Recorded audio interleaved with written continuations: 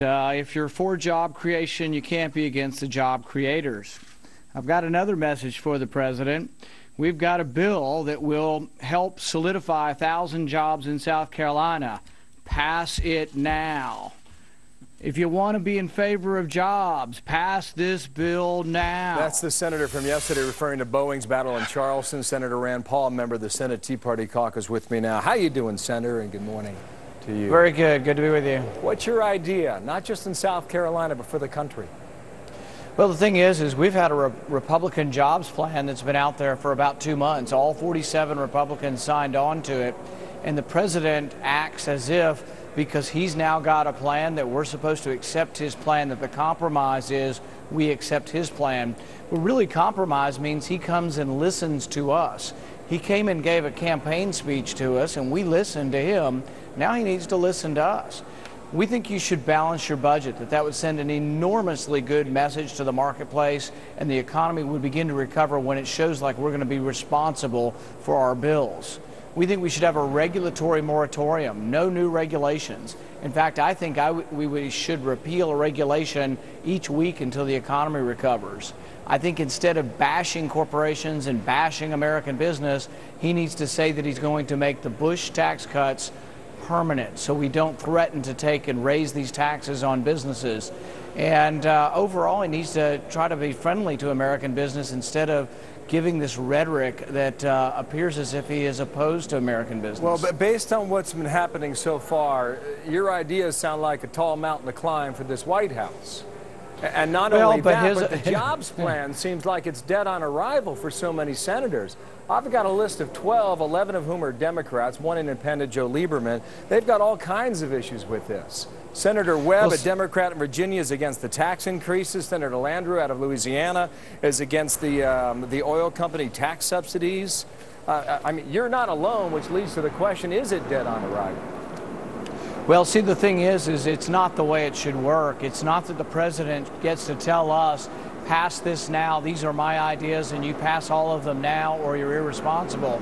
Our message to him is, we have a jobs plan. Why don't you come and listen to us, and then why don't we have a meeting in the middle somewhere where we can agree to some things?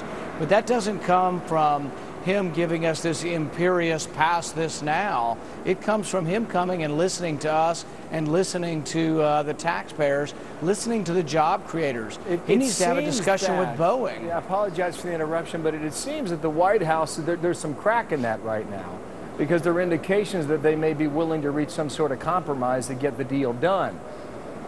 Do you believe this is a make or break moment for this presidency? I think so, and I think they're starting to sense that their regulations that they keep heaping on us are killing jobs. The Obama administration gave us $10 billion worth of new regulations just last month. This year, over $60 billion worth of new regulations. But just last week, they backed off on one, and we're going to start trying to counteract some of these regulations. American businesses are frightened of their own government. That's the problem. He needs to reassure American businesses. If he wants American businesses to invest in new jobs, we need to get the government out of deciding who the winners and losers are. Them deciding that their buddies in some solar company deserve $500 million, that's a mistaken philosophy. That's the government choosing the winners and losers. We need to let the consumer choose the winner and losers. All right, right now there are 8 men and women trying to get his job, one of whom is your father. Here was a question from the other night about taxes in Texas. Listen here, I'll get you to react. Congressman Paul, you're from Texas. Does your governor deserve all that credit? Not quite. I'm a taxpayer there. My taxes have gone up. Our taxes have doubled since he's been in office. Our spending has gone up double. Our debt has gone up nearly triple. So no, and 170,000 of the jobs were government jobs. So I would put a little damper on this, but I don't want to offend the governor because he might raise my taxes or something. He's got a terrific sense of humor. The problem is he doesn't have a whole lot of support right now. He's at 7%. How's Dad doing, Senator? Well, you know, I thought that was one of his best moments in the debate, really. And interestingly, depending on the polls, some of them have him as high as 15%. Routinely, he's third in the polls, even though often they're trying to make it a two-person race or a four-person race and excluding him. He's actually scoring third in almost every one of the polls. He was statistically tied with Bachmann basically for the straw poll in Iowa. So I think he's doing quite well. And I think there really is a Ron Paul wing to the party now.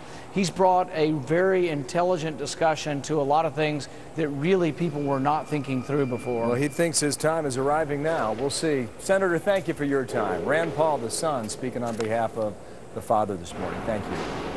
Thank you. All right. Martha. Well, imagine this, $2 billion gone like that. A young trader at a major